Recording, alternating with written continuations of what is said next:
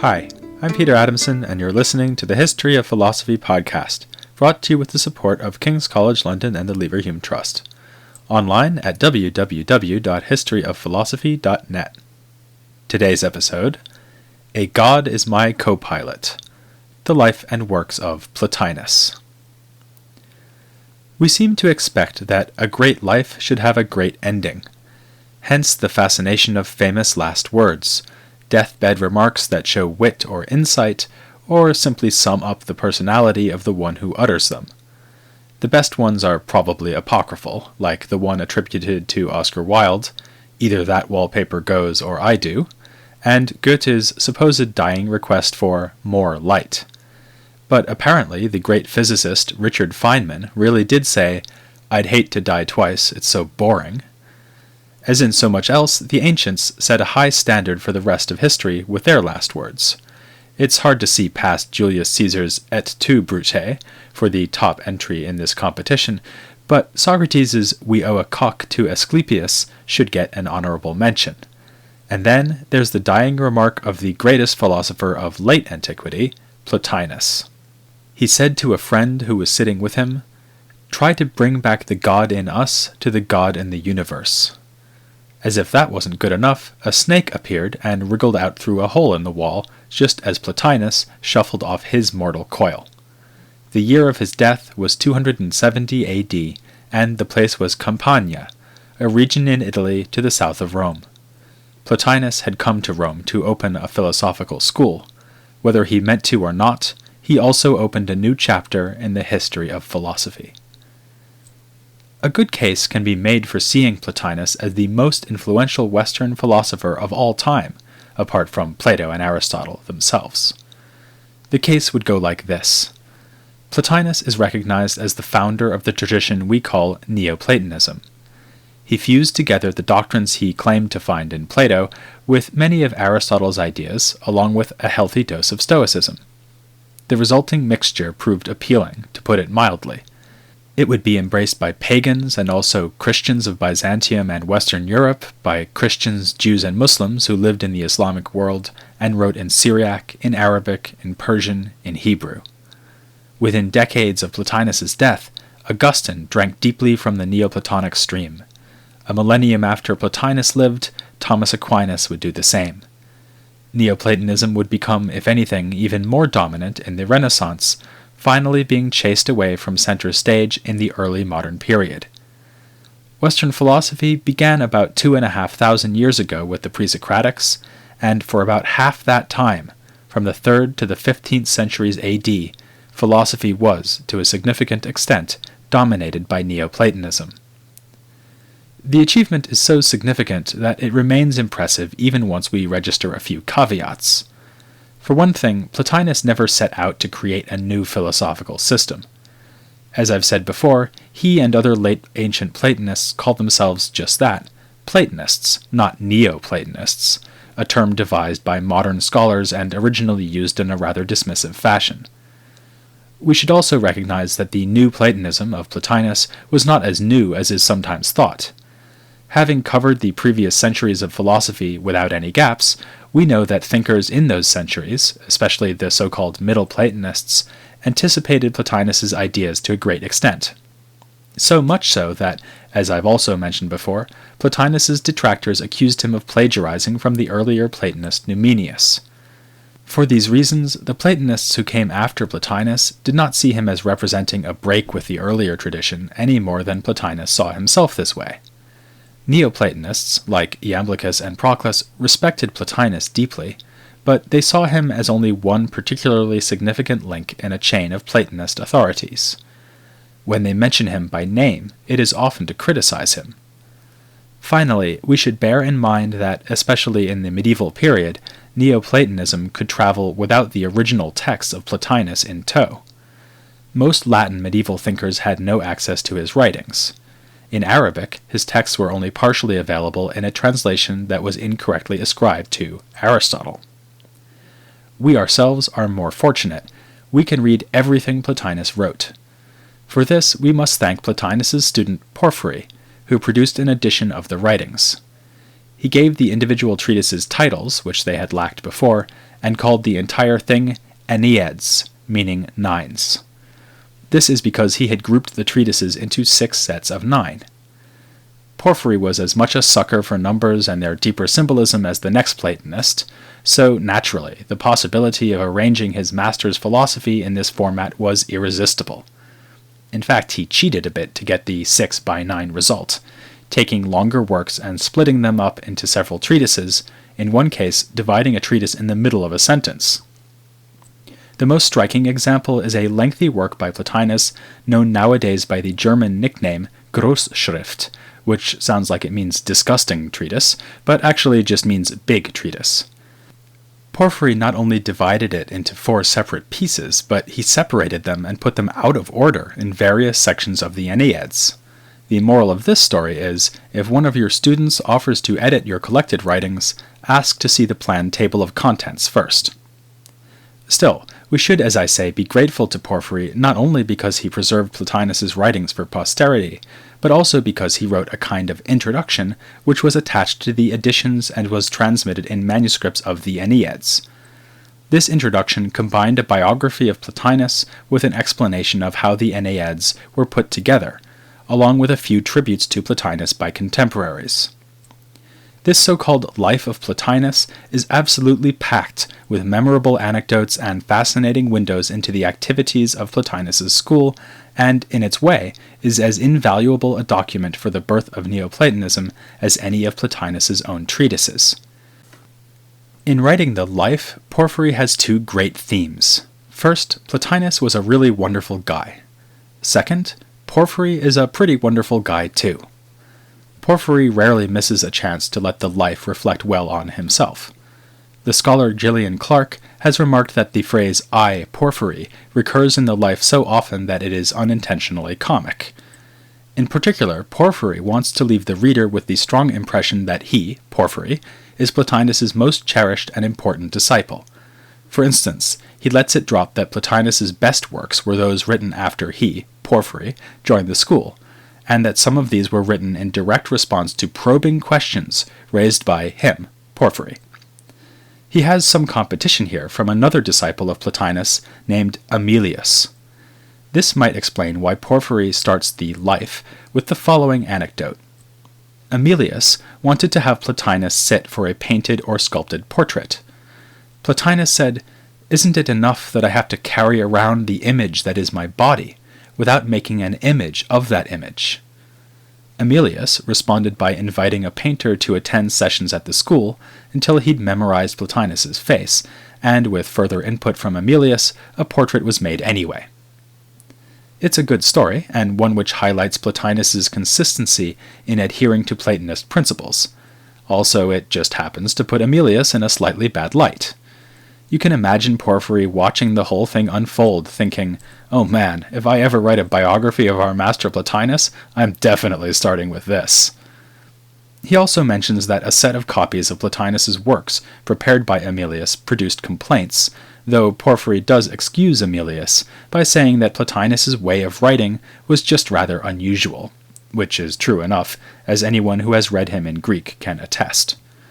Compounding this difficulty, as he, Porphyry, tells us, was the fact that Plotinus had bad eyesight and therefore never read over what he had written. Again, the story evokes a slightly otherworldly Platonist sage, more acute in mind than in sensation, while incidentally excusing Porphyry for any deficiencies in his own edition. But perhaps I'm putting Porphyry himself in an unfairly bad light. He does have nice things to say about Aemilius, too, and my hunch is that their relationship was more one of friendly competition than serious rivalry. For instance, we know Plotinus was said to have plagiarized from Numenius because Porphyry quotes from Aemilius's refutation of this accusation. Porphyry even tells a story that puts him in a worse light than Aemilius. When he first came to Plotinus's school, he still adhered to doctrines he'd learned from his previous teacher, Longinus. Porphyry and Longinus were convinced that the Platonic forms are outside the divine intellect, beheld as a kind of external blueprint in accordance with which God makes the world. Plotinus assigned to Aemilius the task of converting Porphyry to the school's doctrine. As we'll see, this was that the forms are rather ideas in a divine mind. After an exchange of written arguments with Emilius, Porphyry finally gave in and converted to Plotinus's teaching on the matter. Porphyry's life of Plotinus already raises several key themes of Plotinus's philosophy. For instance, in his writings, Plotinus frequently seems torn about the value of the physical world.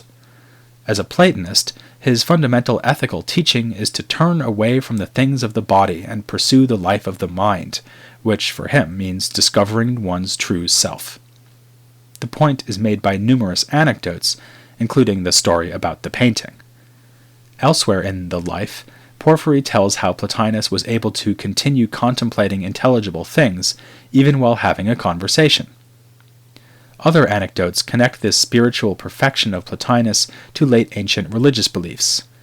In one, a magician hostile to Plotinus tries to cast a curse on him, but Plotinus's soul is so powerful that the spell rebounds and afflicts the magician instead. In another, Plotinus is invited by a friend to a summoning of his guardian spirit. When the spirit appears, the priest announces that Plotinus's guardian is no mere minor demon, as expected, but a full-blown god. The god, however, disappears because the friend is frightened or jealous and strangles the ritual birds he is holding.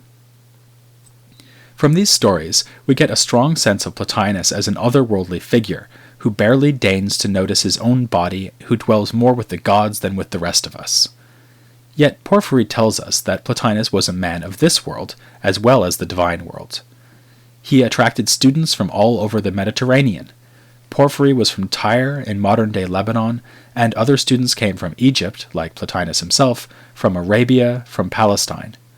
In Rome, Plotinus moved in aristocratic circles, and was entrusted with guardianship over orphans from among the elite. Even the Emperor Gallienus was a fan, and through his good offices, Plotinus hatched a plan to found a new city called Platinopolis, which would be ruled in accordance with Plato's proposed legal system. This doesn't sound like a man with no time for the physical world around him. Some of Porphyry's more picturesque anecdotes would lead to the same conclusion. For instance, when he, Porphyry, fell into a bout of suicidal depression, Plotinus recommended that he should go abroad to a better climate, and this indeed cured him. On another occasion, Plotinus was told of a theft in a rich household. He had all the slaves lined up, eyeballed them, and picked out the culprit on sight. I can't resist mentioning that a very similar scene occurs in Buster Keaton's wonderful film Sherlock Jr. Well, maybe I could have resisted, I don't know, because I didn't try. Plotinus was clearly much better than I am at resisting temptation. He was abstemious and refused to consume animal products, even in medicines. But he obviously had the ability to pay heed to the welfare of the people around him, and even went out of his way to do so, as with the scheme for Platinopolis. Some interpreters have felt that Plotinus's philosophy gives us little or no reason to strive for practical virtue. His way of life shows, however, that it gave him reason enough. Still, there's no doubt that Plotinus devoted his life to philosophy. We learn one startling detail about Plotinus's childhood from Porphyry, that he still wanted to be breastfed at the age of 8, but mostly the life story concerns his philosophical development. He was from Egypt and came to Alexandria in search of a teacher. There, he met Ammonius Saccas, about whom we unfortunately know very little. If you're keeping count, this is the second of the 3 Ammonioi I mentioned back in the Plutarch episode. Even Plotinus's decision to join a military expedition led by the Emperor Gordian is explained by Porphyry as stemming from Plotinus's desire to travel east, where he might encounter the wisdom of Persia and India. Whether he learned anything there that actually influenced his thought is an interesting question. The most careful examination I've seen suggests, somewhat disappointingly, that there is no strong evidence of influence on Plotinus from Indian philosophy. Plotinus had influences enough to deal with, of course. As I said, he brought together themes not only from Plato, but also the Stoics and Aristotle. Porphyry tells us that Aristotle's metaphysics is distilled in the Enneads, and that the works of Alexander of Aphrodisias were read in Plotinus's school. But obviously, Plotinus's main inheritance was from the Platonist tradition. Like the so-called Middle Platonists, Plotinus especially favored certain dialogues and certain passages in those dialogues. For him, the crucial texts were metaphysically rich dialogues like the Parmenides, the Timaeus, and the middle part of the Republic. Certain bits of the Philebus and Theaetetus also made a big impression. By contrast, one could read the whole Enneads without being reminded of so-called Socratic dialogues like the Euthyphro. Still, Plato was read carefully in Plotinus's circle, and a handful of treatises in the Enneads are little more than direct commentaries on a passage from Plato. On the basis of his favorite Platonic passages and the interpretations of Plato that came to him from earlier Platonists like Numenius, Plotinus devised the system that would remain the core of pagan Neoplatonism for generations to come. This system takes the form of a hierarchy, in which a highest principle gives rise to a second principle, which in turn gives rise to a third. All three of these principles transcend the physical world, yet Plotinus describes them with vivid analogies drawn from the physical world. They are like shining lights, overflowing fountains, burning flames, or, in one fantastic passage, a sphere with many faces. At the top, we have a first cause, which is more or less familiar from the Middle Platonists. This source of all things is the One, which is identified with the good. It is comparable to a brilliant light, which gives rise to a secondary light like a ray shines out of the sun. This secondary principle is called by Plotinus nous, or intellect. I mentioned just before that Porphyry at first was unconvinced by Plotinus's central insight about the intellect, namely that it should be identified with the forms, which are its own ideas. This intellect is very like Aristotle's God, a pure mind that does nothing but think, albeit that this intellect is not the first cause, but secondary to the One. After the intellect comes soul, the principle of life and order for the physical cosmos. Its function is to bring images of the forms into matter, which results in the making of physical things. Customarily, nature or the physical world is treated as the fourth rung in Plotinus's metaphysical ladder, giving us the sequence 1, intellect, soul, nature. But in fact, Plotinus is reluctant to concede genuine being or existence to the things in the material or natural world. At one point, he tells us that everything matter says is a lie, and as this suggests, bodies are for him more illusion than reality.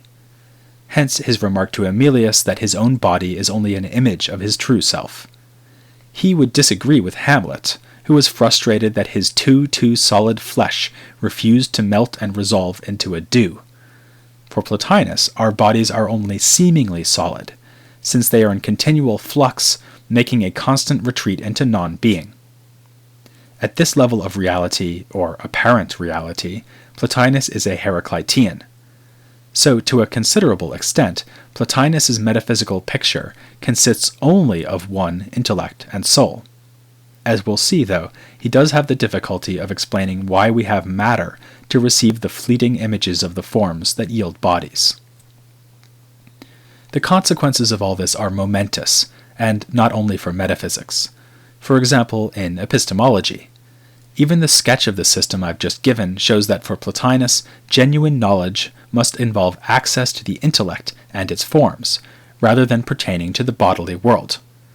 Or in aesthetics, all order and beauty in our realm is a mere shadow of the true order and beauty in that realm of forms. Or in ethics, it would seem that the attention we pay to the physical world is misguided, quite literally much ado about nothing, to continue the Shakespearean theme. What we ought to do is concern ourselves with the sources of value that transcend our image world, the forms in nous, and ultimately the good itself, from which all things have emanated. It is also by turning away from our material world that we can hope to discover our true selves, since we are not our bodies, but our souls. Indeed, we are only the highest, thinking part of our souls, the part that is furthest removed from the bodies. Now you can see why some have thought Plotinus would be unable to give us any reasons for practical virtue. Why wasn't the time he spent caring for orphans and planning cities just wasted, since it was a distraction from the really crucial task of contemplating the higher realities. Indeed, why even write the Enneads themselves, which are after all a way for Plotinus to reach out to the students and other readers around him, instead of reaching for the stars of his otherworldly heaven? This is a puzzle I'm going to defer solving for a couple of weeks, because first I want to look at the even more fundamental puzzles that arise at the top of Plotinus's hierarchy. What was Plotinus's justification for positing a single, utterly simple principle as the source of all things? How, if at all, can we conceive of such an entity? How should we understand it to relate to the other principles that come after it? These are perhaps the most difficult and elusive aspects of Plotinus's thought. Does he have a persuasive account to give regarding these highest levels of his system? There's only one way to find out, and that's by joining me next time on the History of Philosophy Without Any Gaps.